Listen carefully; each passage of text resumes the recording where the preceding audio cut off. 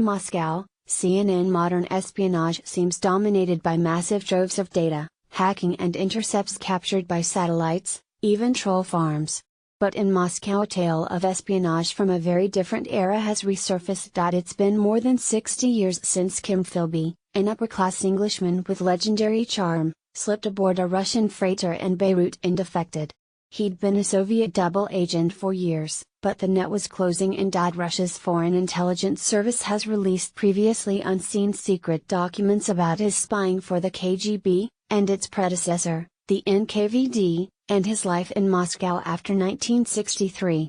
They form part of a new exhibition at the Russian Historical Society in an elegant 19th-century mansion in Moscow. A decoration awarded by the KGB to Philby for his contribution to the national security of the USSR on display as part of the exhibition. In Britain, Philby was and is regarded as a traitor, one of 5 double agents known as the Cambridge Five, spying because of the university they all attended. Throughout the Second World War and beyond, he gave Russian agents reams of British intelligence documents, probably revealing in the process the identities of dozens of informants. But many Russians still regard him as a hero for passing on intelligence about the war plans of Nazi Germany and Japan, which probably saved thousands of Russian lives. Objects from Philby's Moscow apartment on display at the exhibition, including a chair he worked in, radio, and briefcase which a Russian official said never left his side and that he used to smuggle documents. The exhibition includes some of those documents as well as the briefcase which Philby used to carry them nonchalantly out of the London headquarters of the Foreign Intelligence Service MI6.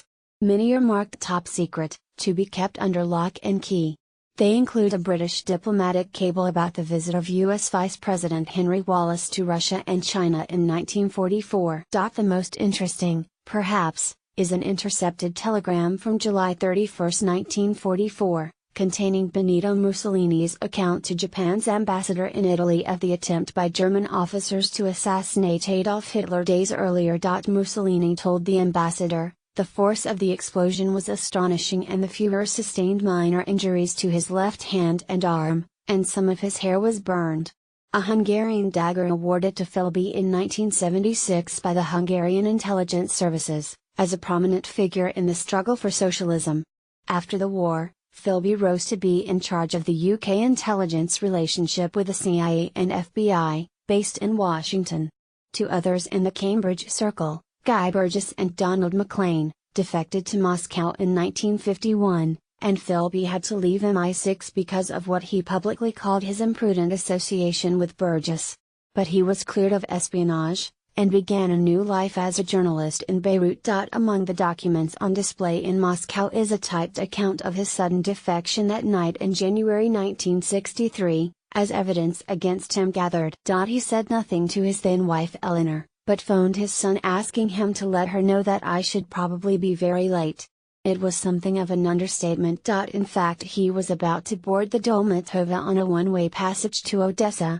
The captain greeted Philby, a phenomenal drinker, with a bottle of cognac. Once in Moscow, he became Comrade Philby, issued with a KGB pass and awarded a string of medals, including the Order of Lenin. His image was even on a Soviet postage stamp. He married, for the 4th time, a Russian woman 20 years his junior. He also trained many KGB agents, but Philby found his students lacking in subtlety.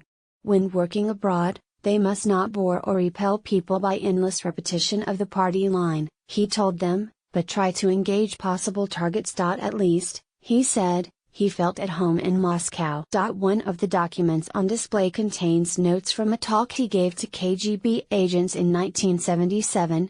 My journey started in a London park on a sunny afternoon more than 43 years ago. That's when he met Arnold Deutsch, a recruiter for Soviet intelligence, in Regent's Park. He also spoke of his time at MI6.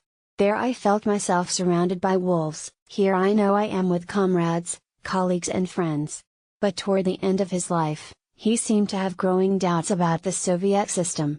His widow, Rufina Pukova, told a Russian newspaper in 2011, Kim believed in a just society and devoted his whole life to communism. And here he was struck by disappointment, brought to tears. He said, "Why do old people live so badly here?